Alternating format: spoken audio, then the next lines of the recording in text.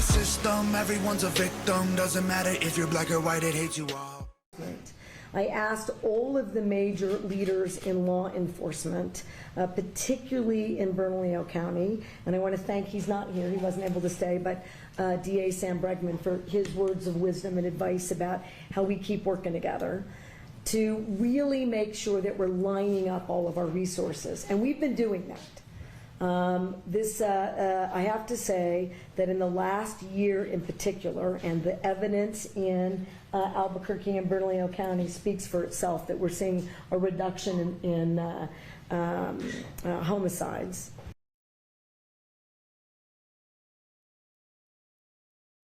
Albuquerque and Bernalillo County speaks for itself, that we're seeing a reduction in homicides.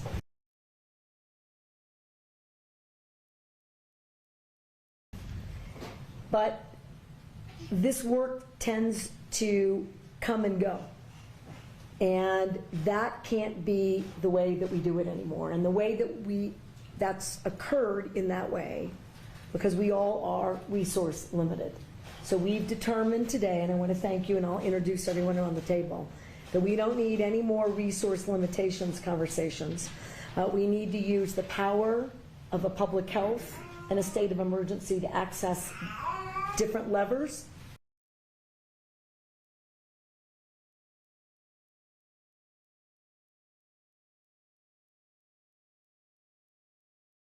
We need to use the power of a public health and a state of emergency to access different levers, different resources, and different opportunities to keep New Mexicans safe.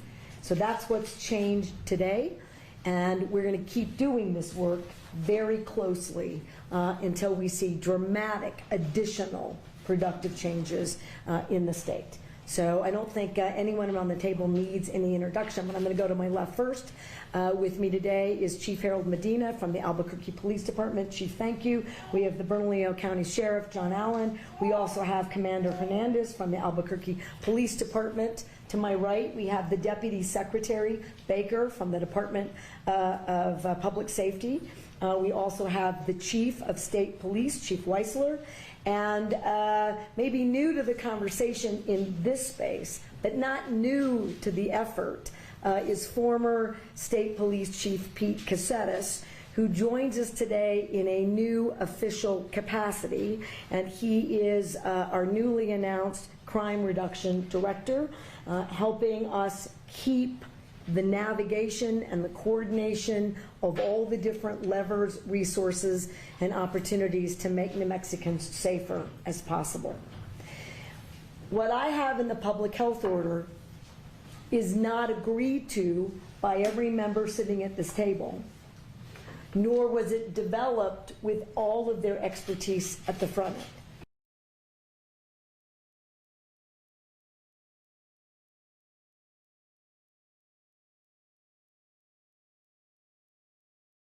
What I have in the public health order is not agreed to by every member sitting at this table, nor was it developed with all of their expertise at the front end. What you'll see is I'm taking on all the major issues, and as I give you the details of the public health order, which I'm going to do in a minute, you'll see that some of them are going to pose incredible challenges for me as a governor and as a state, and I welcome the debate and the fight about making the Mexicans safer. Before I give you the details of the public health order, I am going to ask the Deputy Secretary just to put into context, not that you need it, about just how dire we think the situations are around the state, and in particular the largest city, the nexus of I-25 and I-40, present very particular challenges for all of us in keeping New Mexicans safe. Deputy Secretary. Madam Governor, thank you. Members of the press and the public, welcome the opportunity to speak on a subject matter that's close to my heart.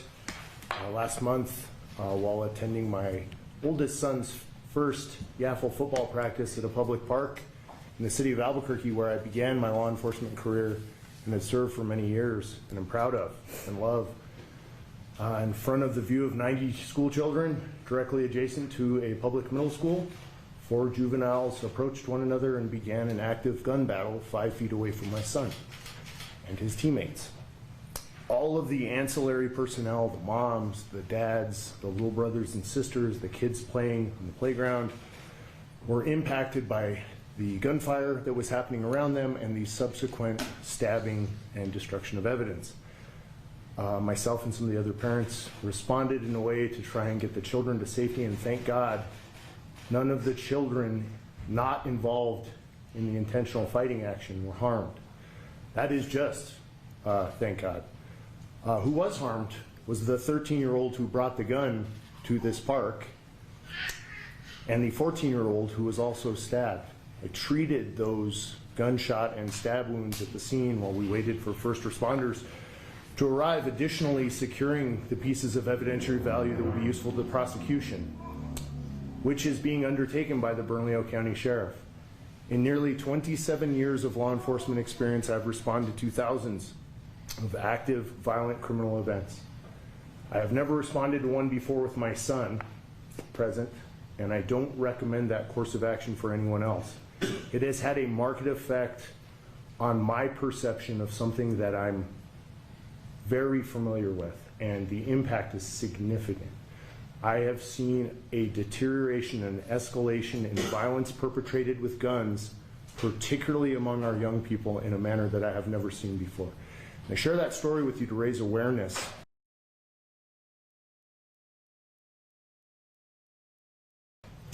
Media, many members in this room covered that story when it happened because it was significant when it happened. Well, I saw it with my own eyes in color, live. And this problem is real, and I'm grateful to be part of the solution, and I'm grateful for our governor's work in bringing together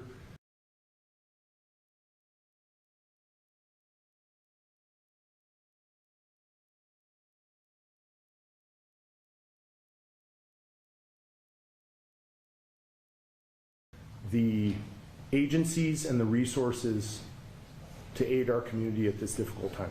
Thank you for allowing me to share that, Governor. Thank you, Deputy Chief, and as many people here know, it's not an isolated incident.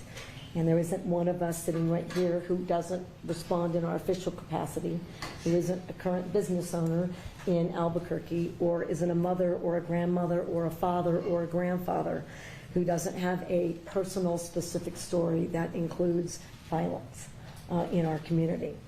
And before I give you the details one more time, I do want to tell the parents and family members of the children who we've lost to gun violence just incredibly recently and in recent months.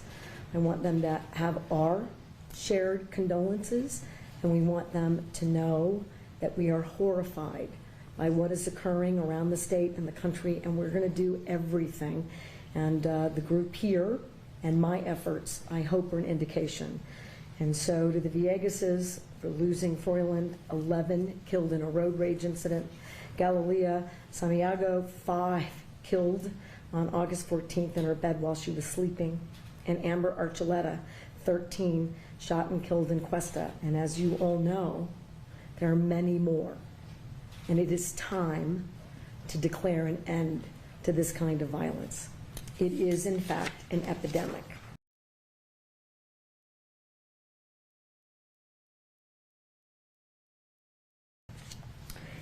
Gunshot deaths, or gun deaths, are the leading cause of death for children 1 to 19 in New Mexico. From 2017 to 2021, 143 children were killed by guns. 49% of those were homicides, 53% were suicides. That's nearly 3 children we lose every month in the state of New Mexico. In 2022, 12% of gun offenders in Albuquerque were under the age of 18. New Mexico ranks 3rd highest in the nation for firearm injury rates, 90% higher than the national average. I'm going to repeat that because it shocks me every time I read it or have it in front of me. It's 90% higher than the national average. In 2022, there were 1,306 firearm emergency department visits. 1,306 up from 1,263 in 2021 and 1,129 in 2020. I asked the chief before the start of this just about gunshots, and we're talking in a year's time 35,000 or more, and most people, I don't think it's all that anecdotally, but are going to tell you that there are shots fired somewhere in Albuquerque multiple times a day. And that frankly is escalating around the state, including right here in Santa Fe. So in this public health order, which is effective today, September 8th, which lasts 30 days, and then we'll, like all the other public health orders, we will either amend or renew or adjust, depending upon where we are.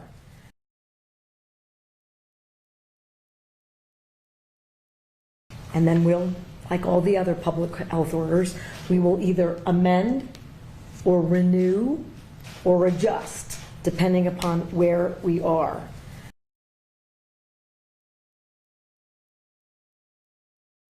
So effective immediately, no person other than a law enforcement officer or licensed security officer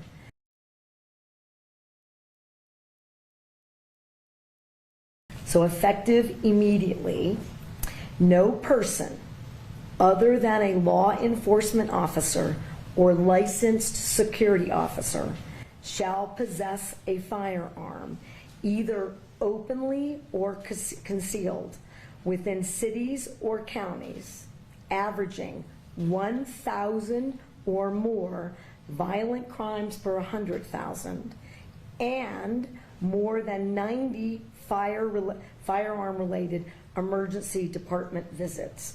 So to put that in sort of a layman's terms,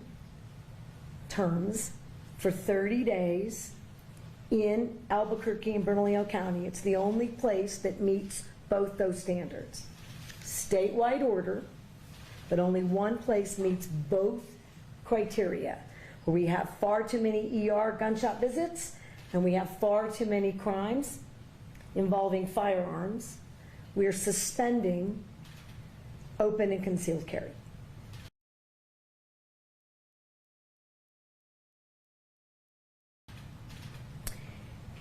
The purpose is to try to create a cooling off period while we figure out how we can better address public safety and gun violence. Now, I am sure as I go through the rest of this, there are going to be a lot of questions about whether or not we think we have the legal rights to do that.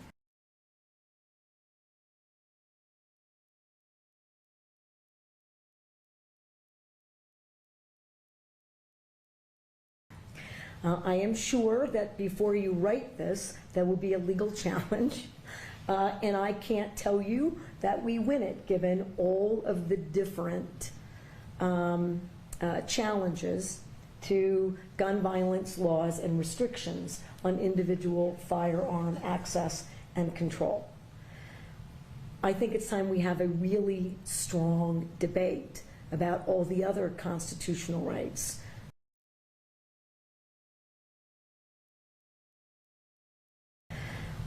I think it's time we have a really strong debate about all the other constitutional rights.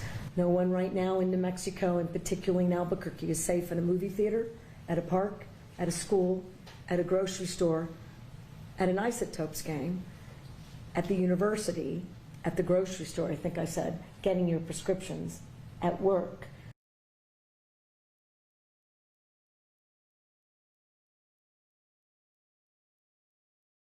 You just aren't safe. I can't guarantee it, and neither can the men and the women who put on a uniform every day.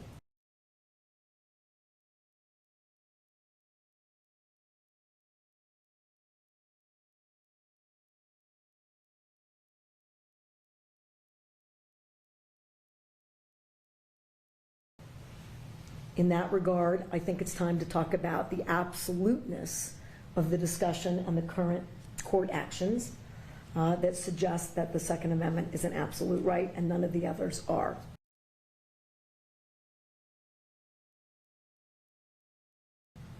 and I'm sure you're going to ask me what I think my chances are. And again,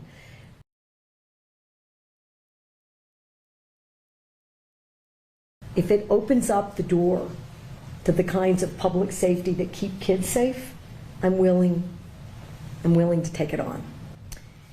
In addition to that 30-day suspension, and I want to make sure I clarify that that suspension does not apply to any private property.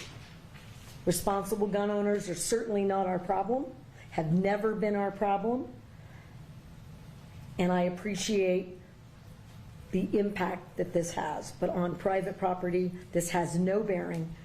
But you, on the premises, and it has no application on the premises of a licensed firearm dealer or gunsmith for the purposes of lawful transfer or repair of a firearm. While engaged in the legal use of a firearm at a properly licensed firing range or sport shooting competition venue. While you're traveling to and from a location dealing with your firearms, they have to be in a locked box or they have to have a trigger lock. So that's how we support responsible firearm owners in their daily activities. And the New Mexico Regulation and Licensing Department will conduct monthly inspections of licensed firearm dealers in the state to ensure compliance with all sales and storage laws. We will also make available any of these storage and lock boxes or trigger locks at no charge to individuals who ask us for access to such devices.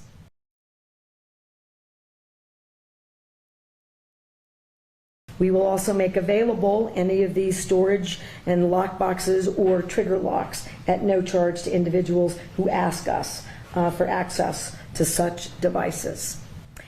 In addition, which I don't think will withstand, I believe, any challenge to the public health order, we're going to compile data much more regularly and routinely about gunshot victims in our emergency rooms so that we know exactly what's occurring in every single emergency room and every single hospital statewide, and we will make sure that we know everything we need to know about the firearm, whether it's lawful, unlawful, what the caliber is, so that we can use that data to do more for bad actors. And any other pertinent information will be made immediately available to law enforcement officials. No person other than a law enforcement officer or licensed security officer shall possess a firearm on state property, public schools, or public parks. The New Mexico Department of Health and the New Mexico Environmental Department shall develop a program to conduct wastewater testing for illicit substances, particularly fentanyl, at all public schools, and we're likely to make that available to any other public entity and private entities that invite us in for such testing. The Children, Youth, and Families Department shall immediately suspend the Juvenile Detention Alternative Initiative and evaluate their current juvenile probation protocols. And what this means is that while we're really working hard, and we should, to redirect a young person's life out of crime and into a responsible environment. We want our kiddos to graduate from school, we want them to be safe, we want them to be good community members. But when one of these officers is involved in a gun violent situation, and we have a 12 or a 13 or a 14-year-old with a firearm, the notion that there's no accountability here must end.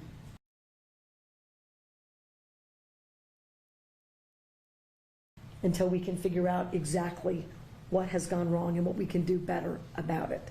So that is suspended during the term of this particular public health order and likely to extend, if necessary, into another one.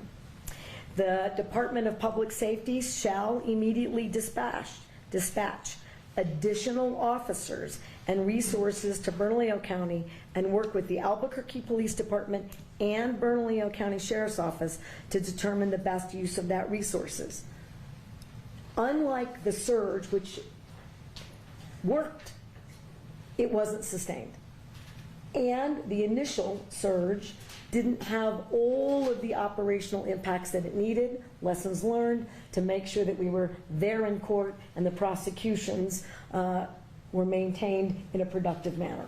Those things all addressed, and I should alert our new director that that was a problem in the past, and it's something that we're going to have to make sure that our resources are aligned, including prosecutorial resources, so that we don't let bad actors off the hook because we don't have the right people in the right place with the right information to pursue a prosecution. I think I'm almost done, so we can stand for questions. The Department of Public Safety shall coordinate with local law enforcement agencies and district attorneys' offices to assist in the apprehension of individuals with outstanding arrest warrants. We've added another $10 million to that work. They're doing it. But I think we can leverage more productively across all these jurisdictions, and we have called on the U.S. Marshal's Office to do more. They are doing a ton. We want more, and we're asking AFT, DEA, FBI to all do their part, and I have sent yet another communication to the federal government, and I had a call with the director of the U.S. Marshal Service today that they must create a continued presence in New Mexico, given our gun violence and violent crime situations statewide. We will make sure that the order is broadly disseminated in Spanish and English and any other context to make sure that the public knows exactly where we're headed. Last thing, we also have a declaration for public health emergency for our substance abuse problem, which is part and parcel. So it's making sure that we can draw down resources and apply those resources in every context possible so we can get our arms around this continuing threat to our own public safety, freedoms, way of life in this state.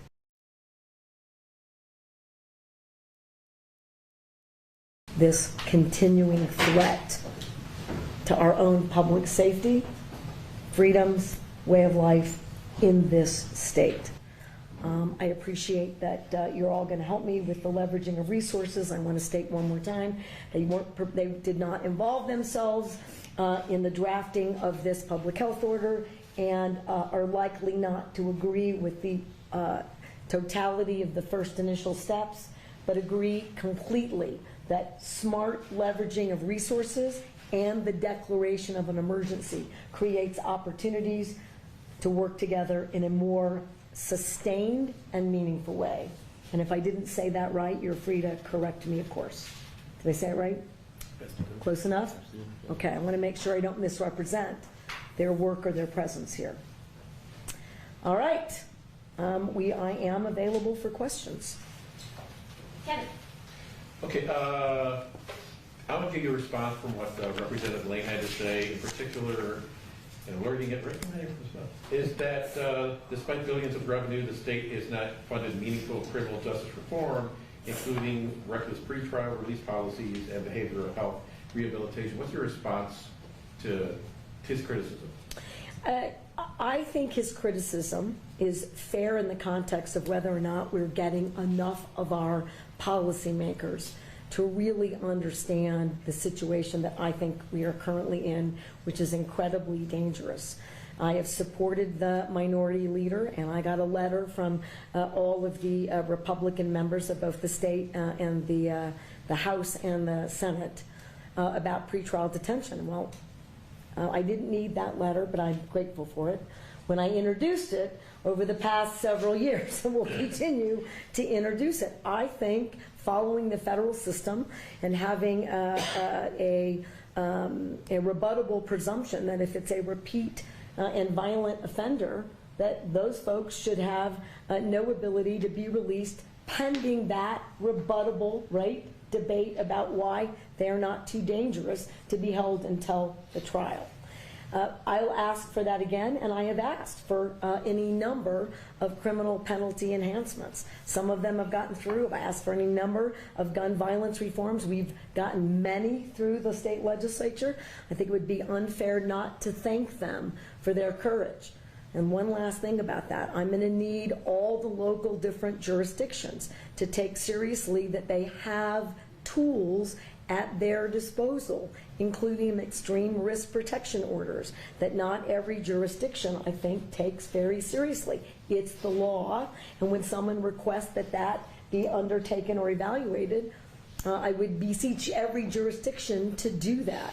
If you didn't see the CNN article that basically said, I will paraphrase, New Mexico's done good work, effective leadership, and all the evidence-based, right, reduction in gun violence policies.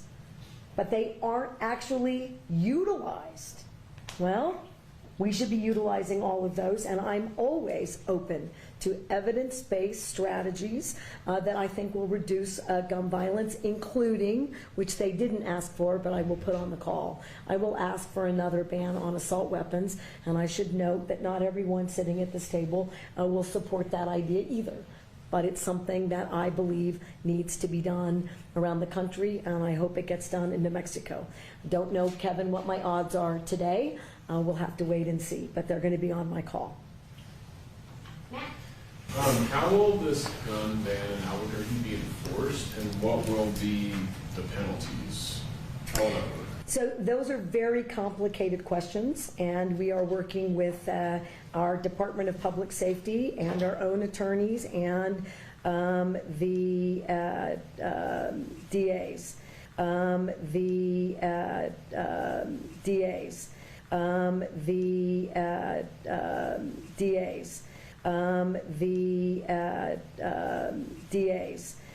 In this context, I've directed a civil order, so I've basically suspended your ability to do that.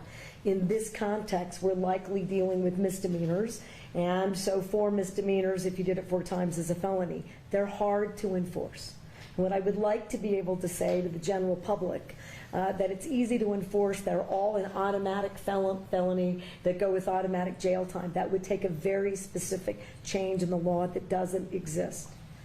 The point here is that if everyone did it and I wasn't legally challenged, you would have fewer risks on the street.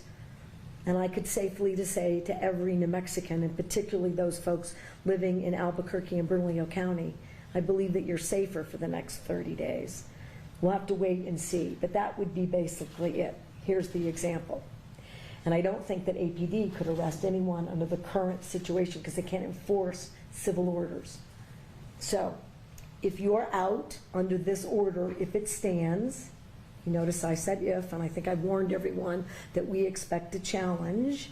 Probably while you're writing this, we're getting a challenge, and that's the way it should work. But I have to take a tough, direct stand where basically I'm just ignoring the fact that we lost an 11-year-old.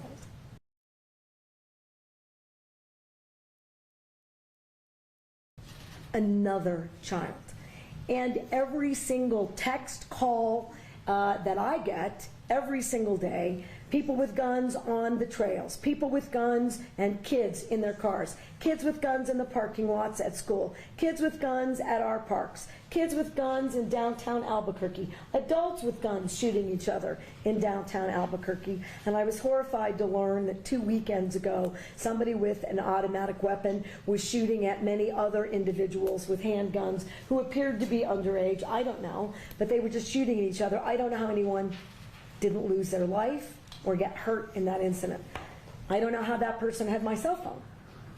But this is the climate that they're responding to. They're not safe. So the state police aren't bound by those same issues and are required to enforce any of the public orders or emergency orders that I have the power to execute.